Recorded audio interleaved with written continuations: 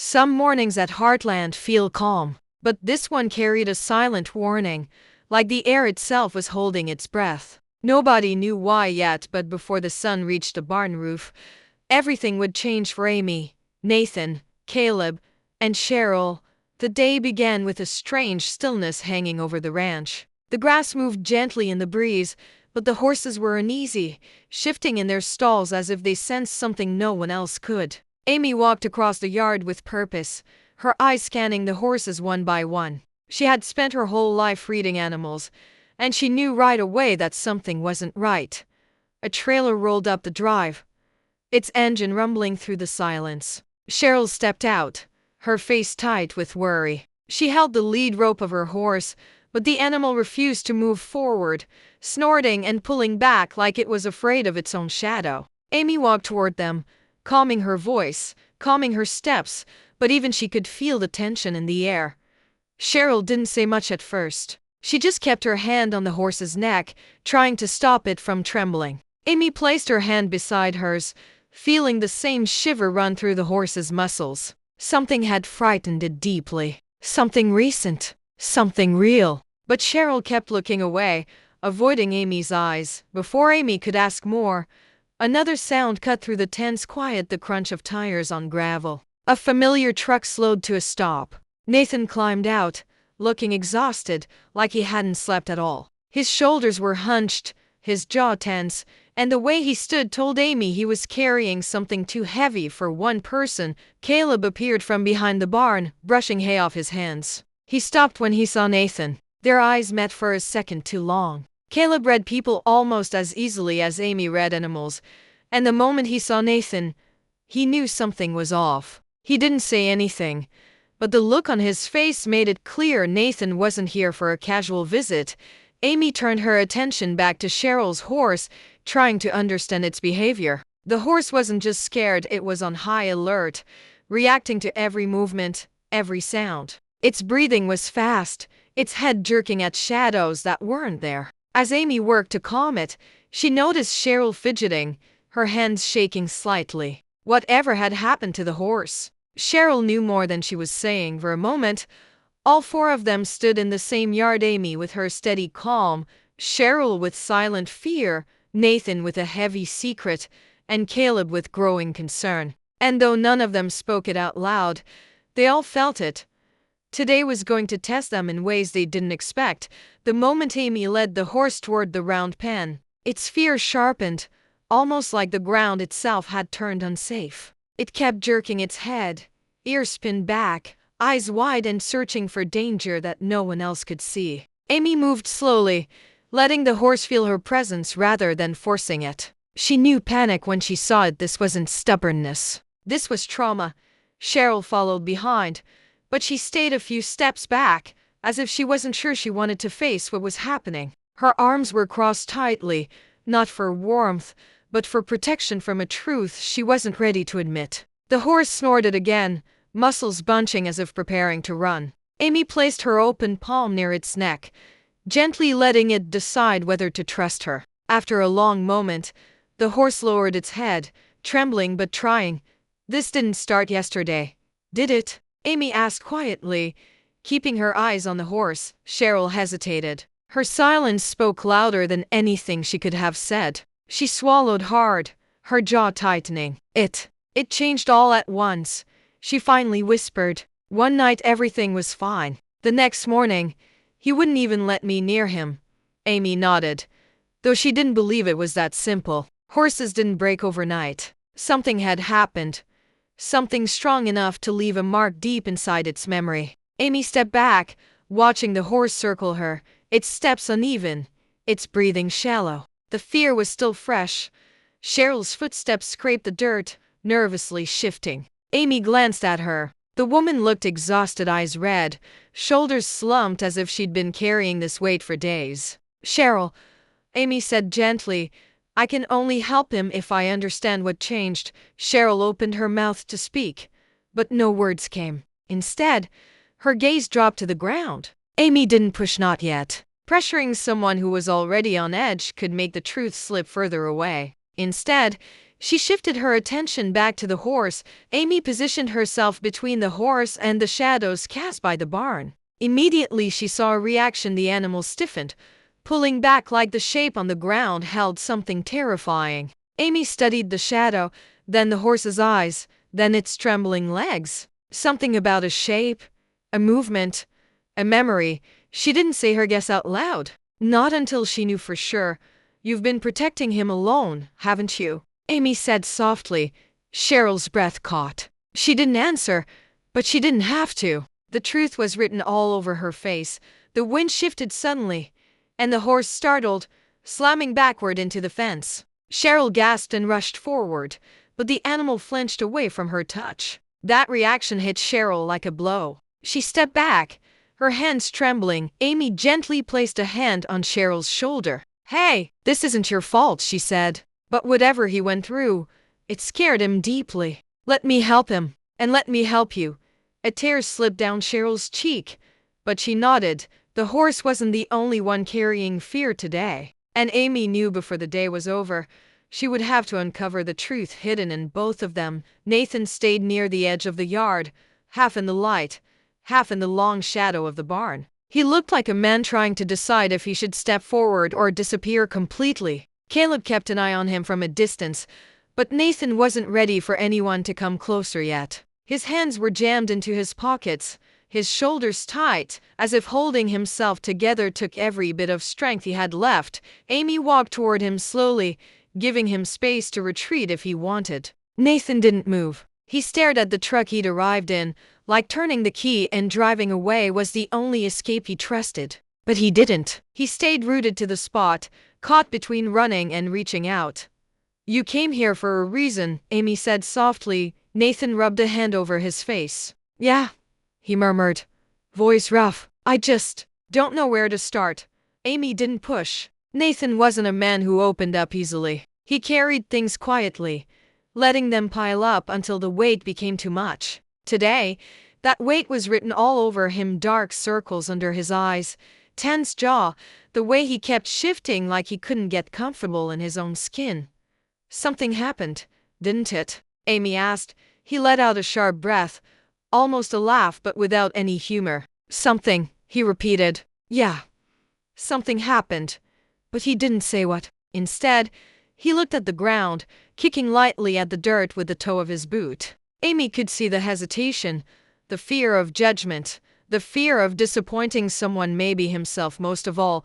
You know, Heartland isn't a place where you have to pretend, Amy said gently. If you need help, you can say it. Nathan closed his eyes for a moment. The struggle inside him was obvious. It wasn't pride holding him back, it was shame. Whatever he had done, or whatever he had failed to do, he believed it had already branded him.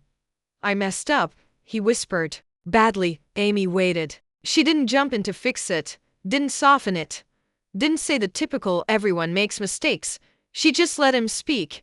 But Nathan didn't continue. Instead, he shook his head, turning away as if he couldn't face her while admitting the rest. I shouldn't have come here, he muttered. I shouldn't. I don't want to drag this place into my mess. He started to walk toward the truck. Not fast, not determined, just lost. And that was when Caleb stepped forward. You're not dragging anyone, Caleb said, his voice steady. But if you walk away now, whatever's haunting you, it wins. Nathan froze at the words. Not because they were harsh, but because they were true. Caleb had that way of speaking, direct, simple, impossible to ignore. Nathan swallowed hard. His shoulders sagged. For the first time since arriving, he looked up, meeting Caleb's eyes. There was fear there, deep fear. I don't know how to fix it, Nathan confessed, voice cracking just slightly. Then let us help you, Caleb replied. Start by telling the truth. Nathan didn't agree, but he didn't walk away either, and sometimes staying in place is the first step toward letting someone in. Caleb didn't wait for Nathan to gather courage. He walked right up beside him, close enough to show he wasn't going anywhere but far enough not to corner him. Caleb had a way of reading people, especially the ones who tried to hide behind silence. And Nathan, right now, looked exactly like a man fighting a storm he couldn't control. You're shaking, Caleb said quietly. Nathan stiffened. I'm fine. Yeah, Caleb replied. And horses fly? The joke was small, almost too small to notice, but it broke through the thick tension just enough. Nathan's jaw loosened. His eyes softened, but the weight didn't disappear. Caleb leaned against the railing, his posture open, unthreatening. Listen, I've seen that look before, he said. Hell, I've worn that look before. You're not fooling anybody. Nathan's shoulders sank. He wasn't used to people calling him out so directly. Amy's gentle patience had given him space, but Caleb's honesty gave him something else, permission to stop pretending. Nathan let out a long breath, the kind that left him empty. He stared at the ground like the truth was buried somewhere in the dirt. I made a decision at work, he said slowly. Thought I was doing the right thing. Thought I could handle it. Caleb didn't move, didn't speak, just listened. And then it all fell apart. Nathan whispered. My boss trusted me. My team counted on me. And I let them down. His voice cracked in a way he didn't try to hide. Not now. It wasn't just one mistake, he continued. It set off a chain reaction. People got hurt. Not physically, he added quickly, but their trust, their plans, they're weak. Maybe their jobs. I don't know. He ran a hand through his hair in exhausted, defeated motion. I don't know how to face any of them. So I came here. I thought maybe the distance would help me breathe. Caleb finally spoke. Running never makes the mess smaller. It just makes the guilt bigger. Nathan nodded. But it wasn't agreement, it was recognition. A painful one. Caleb pushed off the railing and stood in front of Nathan, speaking with the same calm strength he used when breaking a stubborn horse. You're not the first person to screw up, he said. And you're sure as hell not the last. But you gotta stop thinking you're alone in this. Nathan's eyes flashed with frustration, but behind it was fear. You don't get it. Oh. I do, Caleb answered. I've made decisions that almost cost me everything. Pride, work, people I cared about. And you know what pulled me out? Nathan didn't answer. Heartland, Caleb said simply. And the people here, but only because I let them in. The silence that followed wasn't heavy, it was honest.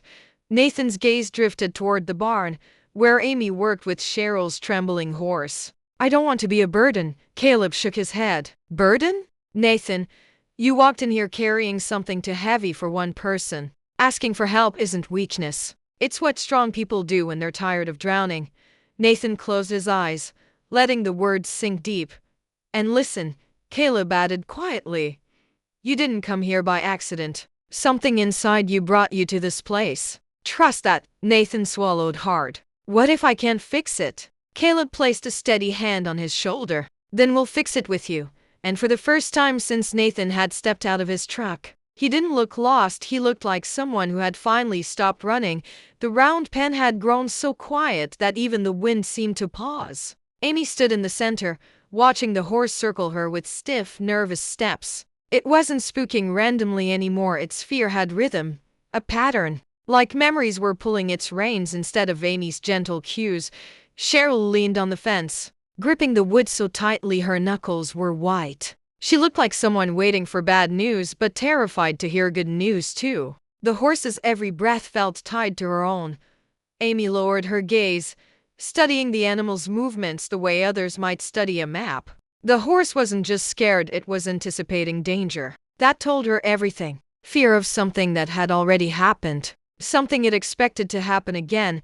She stepped closer, slow as sunrise. The horse froze, muscles trembling under its coat. Amy didn't reach out. She didn't force touch. She simply stood there, breathing softly, letting the quiet settle. Then she noticed a sudden, sharp reaction whenever a shadow passed across the horse's flank. A simple shift of Amy's own shadow made the animal jerk violently, almost stumbling.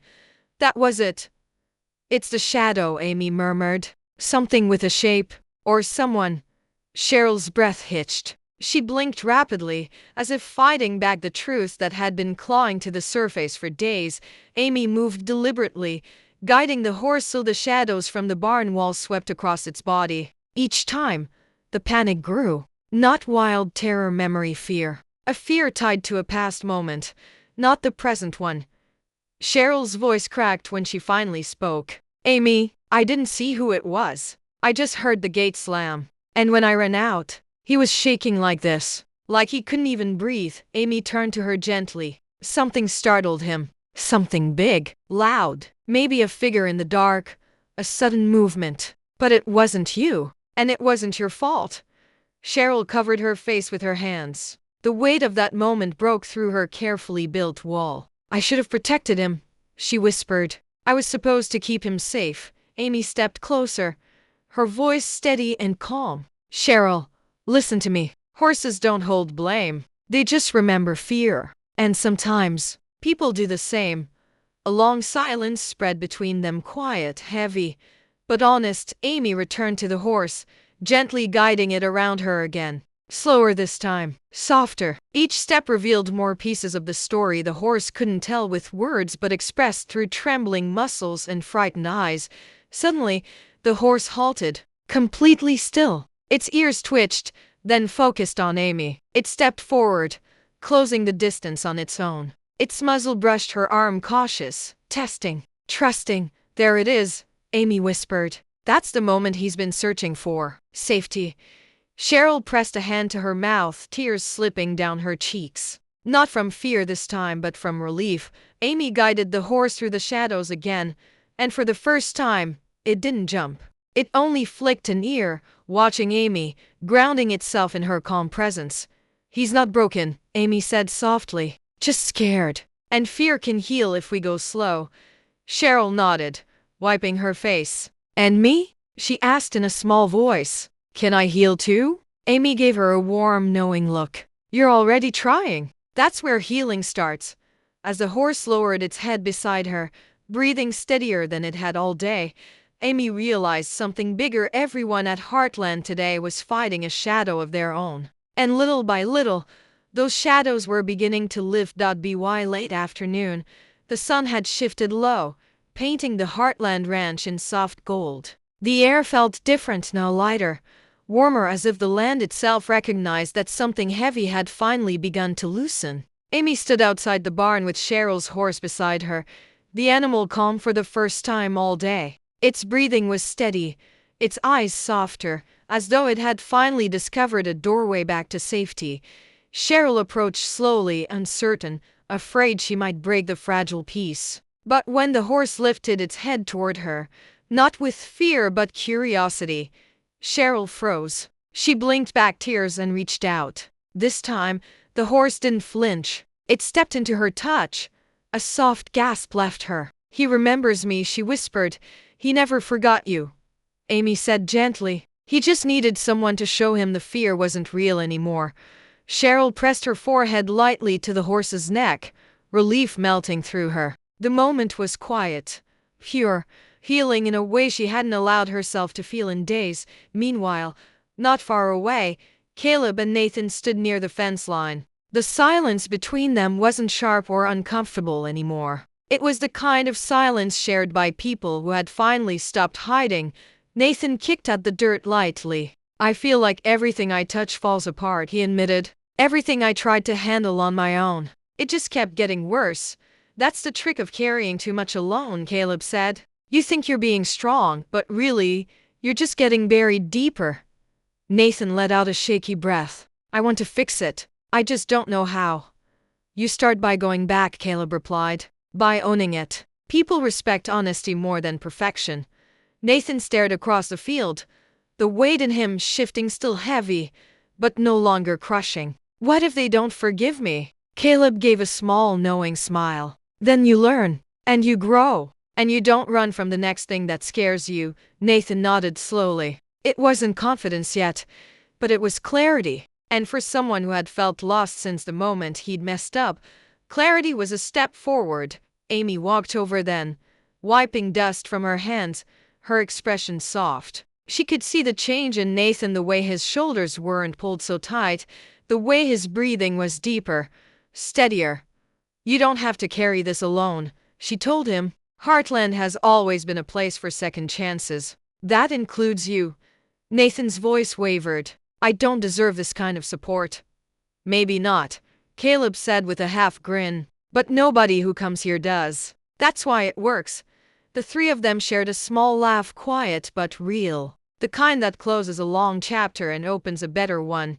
Across the yard, Cheryl lifted her head from the horse, her face streaked with tears but glowing with relief. Amy saw it and smiled. "Go to him," she said softly to Nathan. "You're not the only one healing today." Nathan watched Cheryl for a moment, then nodded. He took a breath, steadying himself, preparing for whatever came next, not by running from it, but by walking toward it. As the sun dipped lower, casting long warm shadows across the ranch, the day ended the same way it had begun, with quiet. But this time, it wasn't the quiet of fear or hidden struggle. It was the quiet that follows release, the soft peace of wounds beginning to close. Heartland had done what it always did. It gave a scared horse a path forward. It gave Cheryl hope.